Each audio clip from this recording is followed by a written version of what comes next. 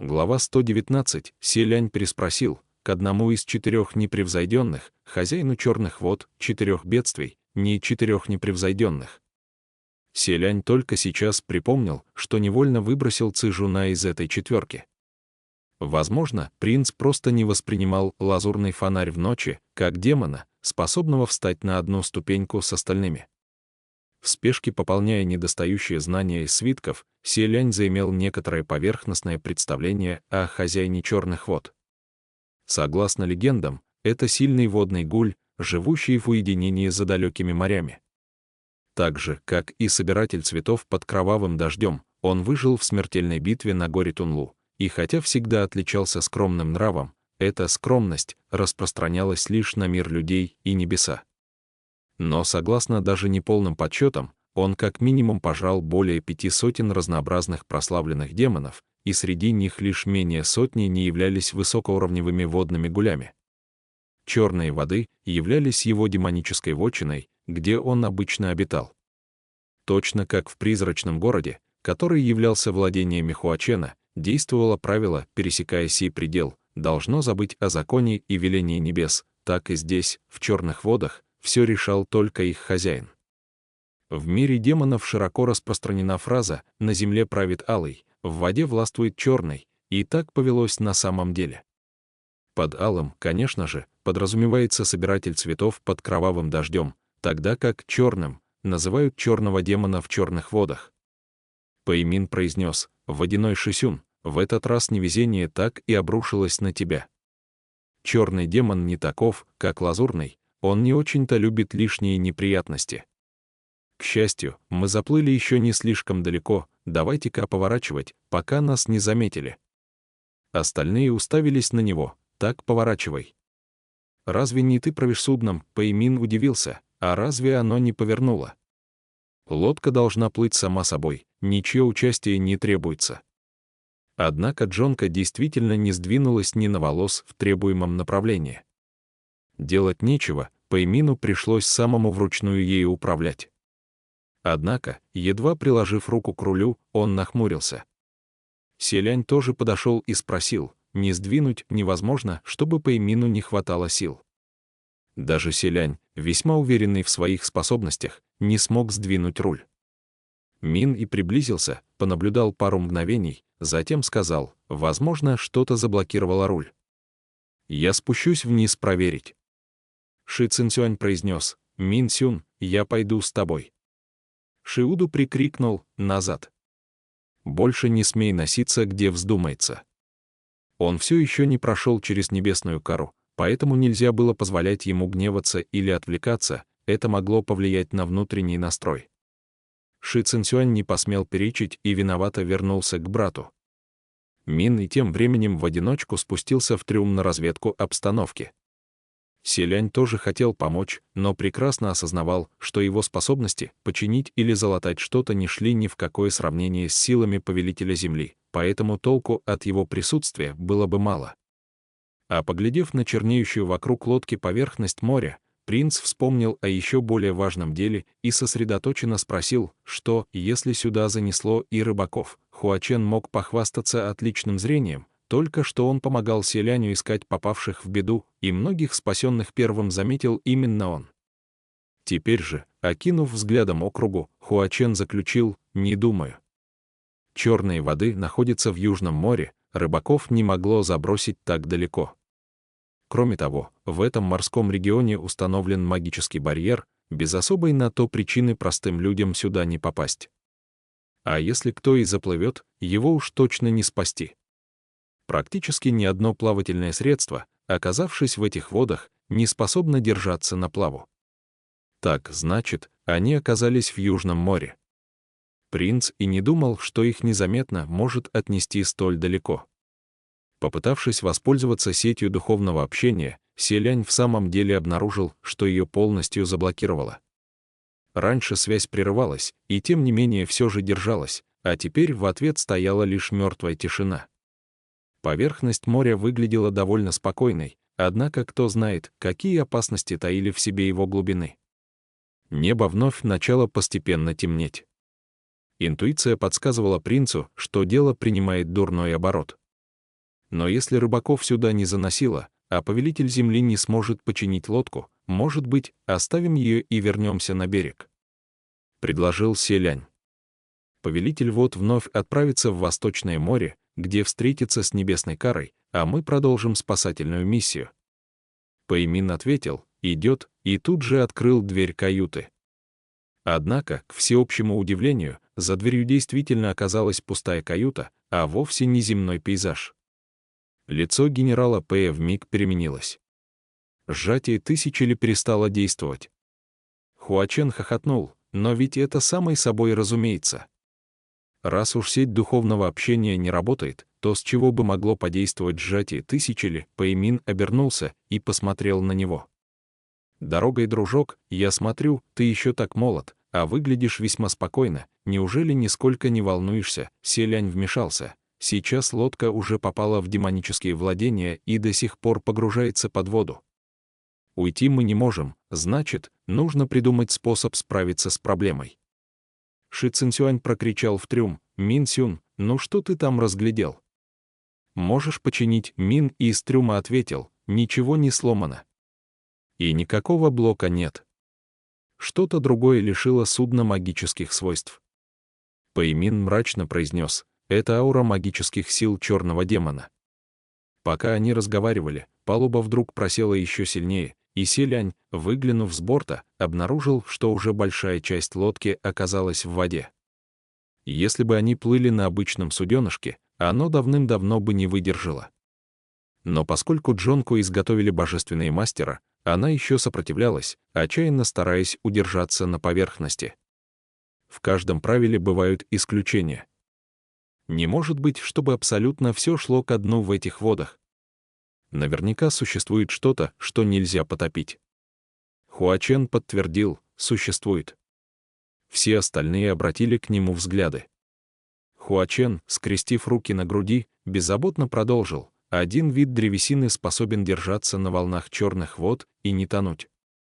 Селянь сделал несколько предположений, вспомнив самые известные особые виды древесины — сандал, алойное дерево, сафора, но Хуачен ответил: древесина гробов. Гробов? Ага. Ни один из тех, кто по несчастливой случайности заплыл в черные воды, не выбрался живым, кроме одного исключения. Однажды на лодке плыл человек, который вез тело умершего родственника через море, чтобы похоронить на родине. Когда лодка затонула, ему удалось добраться до берега верхом на гробу. Пэймин приподнял бровь: «А ты отлично осведомлен, дорогой дружок». Хуачен приподнял бровь в ответ: «Ну что вы? Просто вы осведомлены хуже, вот и все». Шиуду все еще находился погруженным в медитацию, держа руки сложенными в особой печати, однако тут он перевел на них взгляд и, чуть прищурившись, спросил: «Пэйсюн, я и раньше хотел спросить, кто этот человек. Откуда он взялся? Почему следует за вами?» Пэймин ответил: «Об этом, боюсь, тебе придется поинтересоваться у его высочества наследного принца. Все-таки это служащий его дворца». Шиуду ответил: «Ну ладно, ладно. Не будем разбираться, кто осведомлен хорошо, а кто нет. Сейчас никакие магические техники не сработают. Где же нам искать гроб?» Пэймин ответил: «Это просто. Смотри, ГГ сейчас сколотит один прямо у тебя на глазах, чтобы ты понял, что значит самому уметь всем себя обеспечить». Хуачен, однако, возразил: «Не выйдет. Непременно нужен гроб, в котором побывал мертвец.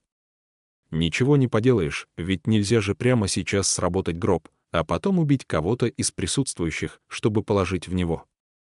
Пока они переговаривались, лодка просела еще глубже, и теперь палуба начала немного крениться, почти сравнявшись с водной поверхностью. Шиуду, который сидел ровно и сосредоточенно медитировал, едва не завалился на бок. «Ну ладно. Все-таки придется мне взяться за дело», — холодно сказал он, затем вынул бумажный веер. Легко коснувшись верхушкой веера центра лба, повелитель вод раскрыл его, явив остальным иероглиф «вода» на лицевой стороне и 3 водных потока на обратной. Взмахнув веером, Шиуду выкрикнул призыв вод, едва прозвучало заклинание, и Селянь ощутил, как лодку с силой подбросило вверх. Палуба вновь встала на несколько чи выше поверхности моря, что принесло пассажирам немалое ощущение безопасности. Веером повелителя вод можно повелевать даже в черных водах. Удивился принц. Хуачен ответил, эта вода не из демонических владений, он призвал ее из других мест. Вот оно что, они ведь заплыли в черные воды не так давно, только-только пересекли границу, и Шиуду призвал течение Южного моря поблизости, которое затекло под их лодку и подняло ее на себе. Пэймин воскликнул, отличная работа, водяной Шисюн. Руль пришел в негодность, лодку не повернуть, скорее унеси ее отсюда своими водами. Но Шиуду еще не успел ответить, как Джонка вновь тяжело ушла вниз. Воды демонических владений не желали проигрывать и вступили в схватку с пришлыми потоками. На этот раз судно погрузилось в воду еще глубже и быстрее, палуба накренилась сильнее, носом уходя вниз, а кормой вверх, поэтому все заскользили к носу, пытаясь сохранять равновесие. Хоть Шиуду и родился с лицом изящного интеллигента, характер его все же отличался немалой дерзостью и своеволием, он ни за что не желал признавать поражение. Когда что-то вступило в противостояние с ним, на лице повелителя вод сверкнула вспышка гнева. Он сложил свой веер, а когда раскрыл снова, 3 водных потока сделались еще более размашистыми, и мощь настоящего морского течения возросла вместе с ними, лодка вновь взметнулась вверх, одна сила истерично тянула лодку на дно, другая же со смертельным упрямством выдавливала на поверхность, судно так и бросало вверх-вниз, словно обе стороны, не желая уступать, участвовали в перетягивании каната. Джонка то плыла, то останавливалась, то опускалась, то поднималась, в стороны летели бешеные брызги волн, время от времени палубу заливало водой, что было крайне неприятно. Если бы на судне находились сейчас простые смертные, они бы наверняка давно сошли с ума от страха. Селянь, одной рукой крепко держась за борт, другой за Хуачена, воскликнул, в чем дело? Лодка идет по кругу, в этом не оставалось ни капли сомнений, Джонка действительно медленно закружилась в одном направлении, затем все быстрее и быстрее, погружаясь при этом глубже. Селянь тут же обнаружил, что они попали в огромный водоворот, и Джонку затягивает прямо к его центру, в самую глубину. Принц выкрикнул: «Берегитесь!». Воды вступили в сражение, все-таки они находились не во владениях самого Шиуду, и какой бы мощью и дерзостью не обладали призванные им воды, за чужим порогом их сила теряла в весе, и в битве против морских течений демонических владений они немного, но уступали.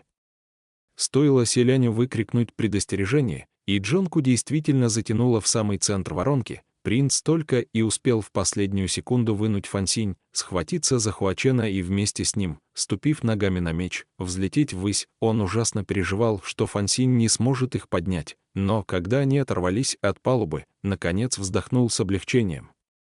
Пусть полет вышел неровным и шатким, все же они поднялись в воздух. Взирая на морскую поверхность сверху, можно было ясно увидеть, как посреди черного, как смоль, и пугающего глубиной моря сражаются 2 разных течения, поражающие размерами. Эта их погоня друг за другом сформировала громадную воронку, которая и поглотила Джонку. Сразу после этого 2 течения в момент разошлись в стороны.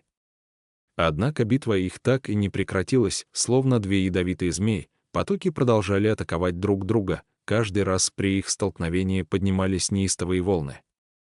Селянь, озираясь по сторонам, воскликнул: «Повелитель ветров!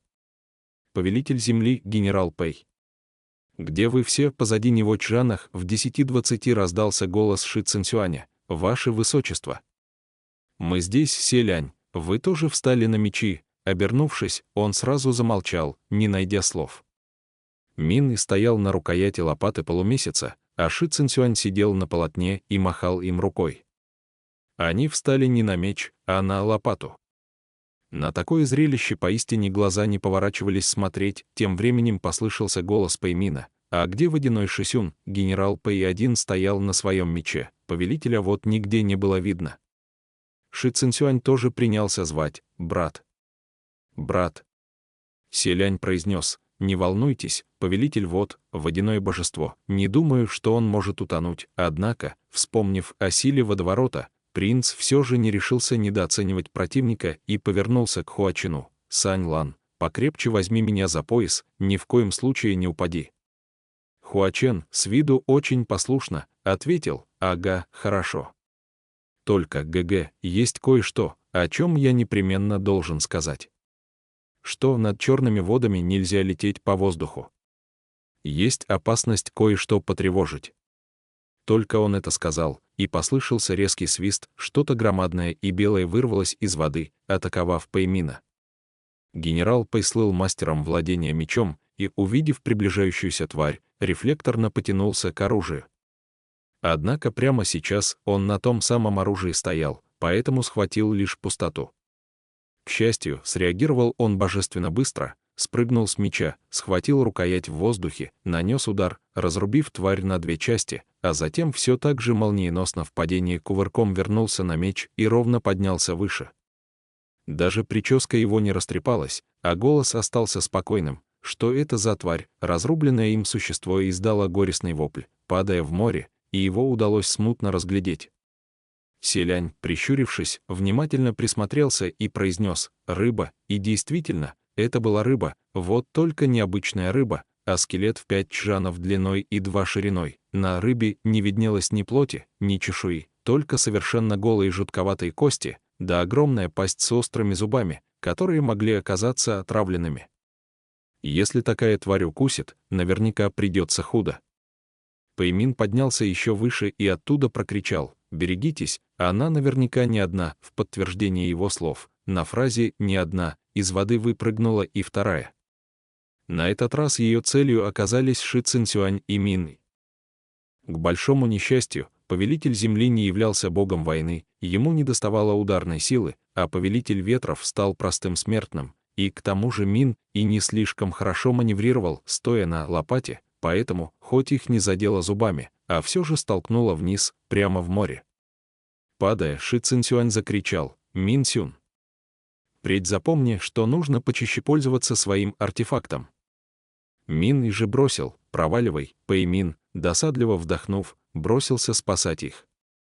Селянь, наблюдая за его мастерством, прекрасно понимал, что он вполне способен справиться в одиночку. Винить повелителя земли все же нельзя, небожитель при наличии стыда и правда не захочет доставать по пустякам такой артефакт, как лопата, подумал принц. Как вдруг по спине принца снизу вверх пробежал холодок. Селянь тут же сосредоточился и ровным тоном произнес: «Сань Лан, держись. К нам что-то приближается». Хуачен ответил «хорошо» и сжал руки крепче, как было велено. Очень скоро вокруг внезапно поднялось целых 4 водяных стены, 4 рыбьих скелета взметнулись в воздух, однако 4 огромным жутким скелетам, окружившим их, больше подошло бы определение не рыбье, а драконье. Вытянутый череп с острыми рогами, в пустых глазницах которого негасимо горят демонические огни, подобные паре больших фонарей, 4 когтистые конечности, верхняя часть тела толщиной в чан с водой высунулась из моря, по крайней мере, 6-7 чанов в длину, нижняя часть пряталась в пучине, а это еще неизвестно сколько. 4 твари плотно окружили Селяня и Хуачена, преградив все пути к бегству. 2 на мече повисли в воздухе, не вверх, поскольку Фансинь уже не мог подняться выше, не вниз, где бушует безмолвное море смерти. Селянь вздохнул и сказал: «Что ж, с которого начать?» Подумав, хлопнул в ладоши: «Лучше всех сразу». В следующий миг костяной дракон с восточной стороны издал рев и бросился на них. Селянь же вскинул руку и указал на него пальцем. Костяной дракон в тот же миг застыл в оцепенении. Тварь можно было считать настоящим колоссом, и все же случилось невероятное: какой-то человечек на мече одним пальцем заставил его оцепенеть, замереть на месте, и как дракон не пытался, не мог больше сдвинуться ни на шаг. Вместо этого бешено засучил рыбьим хвостом и задними лапами, поднимая огромные морские валы. 3 других тоже бросились в атаку, но Селянь раскрыл ладонь, схватил того костяного гиганта за рог и, воспользовавшись им как оружием, размашисто ударил, повернувшись вокруг своей оси. С оглушительным свистом, прорезавшим воздух, 3 дракона оказались в крайне незавидном положении, поскольку теперь, избитые 4-м драконом, напоминали иероглиф «Са», 4 ревущие твари отбросило в море, кости от удара разлетелись мелкими осколками. Закончив с ними, Селянь поглядел сверху вниз на разбросанные по поверхности моря костяные обломки, похлопал ладонью о ладонь, вздыхая с облегчением, и, наконец, обернулся к Хуачену. «Сань Лан, ты в порядке?» Хуачен, радостно улыбаясь, ответил, что со мной может случиться, когда я под защитой ГГ. Услышав такие слова, Селянь почувствовал себя неловко. Если подумать, Хуачен наверняка тоже с легкостью расправился бы с теми существами, и теперь, задавая ему подобный вопрос, принц будто нарочно проявлял мнимую заботу, при этом присвоив всю славу себе. Внезапно меч под ними резко потяжелел, и Селянь не успел ничего понять, когда они оба стремительно сверзились вниз, врезавшись в ледяные морские воды. Неясно, то ли что-то потянуло снизу, то ли Фансинь в самом деле был уже слишком старым, и потому не выдержал, им ведь так долго пользовались, настало время отдохнуть, со всех сторон накатила морская вода, льдом пробирающая до костей. Селянь, глотнув воды, тут же закрыл рот покрепче и изо всех сил погреб наверх. Однако черные воды действительно оказались на редкость зловредными, принца можно было считать отличным пловцом, но в этой воде тело сделалось тяжелым, словно свинец, всплыть никак не получалось. Открыв глаза, принц увидел, что вокруг все черным-черно, Хуачена разглядеть не получилось. Пошарив руками, принц схватил лишь упавший в море Фансинь, но не обнаружил того, кого искал. Его затронуло невольное беспокойство. Но чем сильнее тревога, тем хуже получается плыть, и тем быстрее тело идет ко дну. К счастью, не прошло и минуты, и будто чья-то рука развеяла туман, перед глазами Селяня просветлело, а в следующий миг кто-то схватил его ладонь, обнял за талию и молнией понес наверх. Очень скоро они вынырнули на поверхность. Селянь пару раз хватанул ртом воздух, протер глаза и увидел, что его спас Хуачен. Впрочем, это довольно странно, ведь по логике вещей Хуачен был мертвецом, как говорится, неподъемным, ведь мертвецы обычно очень тяжелые. Он должен идти ко дну быстрее Селяня, однако в воде будто бы вовсе не имел веса, легко всплывая на поверхность. Опустив голову, Хуачен посмотрел на Селяня. «Ты в порядке?» — Селянь кивнул. Однако ситуация показалась ему до боли знакомой, принц неизбежно вспомнил точно такую же картину, и сердце его моментально обдало жаром. Хуачен, прижимая к себе принца одной рукой, другой погреб вперед, говоря: «ГГ, держись за меня крепче, и если отпустишь, сразу же уйдешь под воду». Селянь не знал, какие подобрать слова, поэтому просто закивал. В этот момент неподалеку разошлись волны, и на поверхности появилось несколько острых костей, похожих на акульи плавники, которые быстро направились в сторону Селяня и Хуачена. Оказывается, их вновь окружили 4 костяных дракона, которых принц ранее отбросил прочь. Захотели поквитаться. Монстры хищно описали вокруг них несколько кругов, затем, наконец, не выдержали, набросились на жертв. Селянь крепко сжал Фансинь и вознамерился отразить атаку, однако где-то чуть выше уха вдруг послышалось, как Хуачен раздраженно цокнул языком. Костяные драконы оказались уже совсем близко, но стоило им услышать тот звук, угрожающая аура вдруг рассеялась без следа, а клыкастая пасть, готовая вцепиться Селяню в горло и разорвать напополам, вдруг потерлась носом о кончик Фансиня, будто целуя. Принц все еще пребывал в замешательстве, когда драконы, словно струсив, вильнули хвостом и поспешно уплыли прочь. Селянь не мог выговорить ни слова, Хуачен же, продолжая вместе с ним плыть вперед, произнес: «ГГ, ты видел? Если в будущем захочешь завести питомцев, таких ни в коем случае не заводи. Никчемные создания. Питомцев. Селянь, нет уж, такой необходимости у меня нет». Неожиданно из моря вырвался водяной дракон, взметнувшийся в небеса. Селянь поднял голову и увидел, что на голове дракона восседает Шиуду, руки которого сложены в крайне мощной атакующей печати, а лицо искажено гневом. По-видимому, его жестокое сражение с чем-то находилось в самом разгаре. И без того неспокойное море заволновалось сильнее, Селянь выкрикнул: «Повелитель ветров! Повелитель земли! Генерал Пэй! Где вы?» В свете луны принц, напрягая зрение, озирался по сторонам, но больше никого не разглядел, только вдруг заметил, что их окружила необъятная тень. Обернувшись, принц округлил глаза. Прямо к ним неслась высоченная стена воды, застилающая небеса. После этого он уже ничего не видел. Неизвестно, сколько еще времени они провели среди бушующих волн, пока Селянь наконец не открыл глаза. Еще не выпрямившись, он по ощущениям понял, что находится на твердой земле. Полежав еще немного неподвижно, принц собрался с силами и поднес к глазам ладонь. Кожа на пальцах сморщилась от долгого пребывания в воде. Под поясницей что-то мешалось. Селянь повернул голову и увидел, что, оказывается, лежит на руке Хуачена, который находится рядом. Судя по всему, он все это время держал Селяня, не отпуская ни на миг. Принц уже пришел в себя, а вот Хуачен пока оставался без сознания, лежал с плотно закрытыми глазами. Селянь сразу же сел и осторожно толкнул его, Саньлан.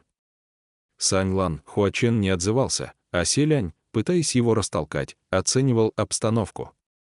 Они действительно оказались на берегу, но здесь не обнаружилось ни причала, ни жилищ, ни иных следов людского пребывания, только густой лес.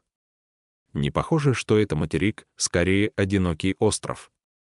К тому же, вокруг стоял белый день, неужели они дрейфовали всю ночь? И куда теперь их занесло? Хуачен после нескольких толчков остался крепко спящим и даже не пошевелился. Демонов невозможно утопить, поэтому Селянь был уверен, что Хуачен не погиб, захлебнувшись. Но нельзя гарантировать, что в море они не встретились с чем-то иным. К примеру, Хуачена могла незаметно атаковать костяная рыба с ядовитыми шипами. Поэтому Селянь ощупал грудь, руки и ноги Хуачена, чтобы убедиться, что на теле нет ран. Однако ничего не обнаружил, лишь пришел к выводу, что тот весьма неплохо сложен. Посидев немного в замешательстве, Селянь запаниковал и пробормотал: «Саньлан, ты что, решил надо мной подшутить?» Никакой реакции. В волнении принц приник к груди Хуачена, чтобы послушать сердцебиение. Но лишь приникнув, вспомнил одну деталь: разве у демонов бьется сердце? Однако, к своему вящему удивлению, прислушавшись, он действительно услышал стук.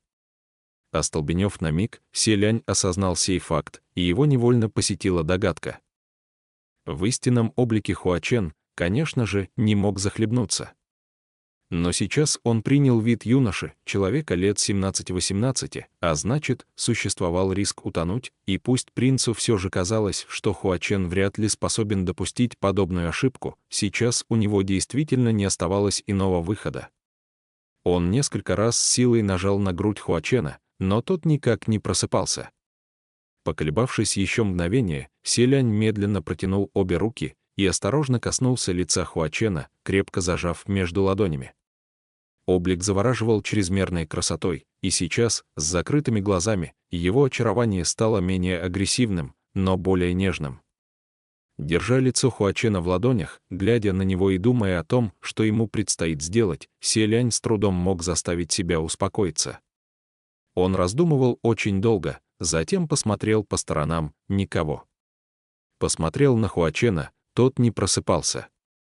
В итоге все-таки собрал волю в кулак, на мгновение сжал зубы и тихо сказал: «Прошу меня извинить». На этой фразе даже его голос дрожал. Затем принц сложил ладони вместе, про себя произнес молитву, после чего опустил голову, закрыл глаза и прикоснулся губами к губам. В тот же миг Хуачен внезапно распахнул глаза.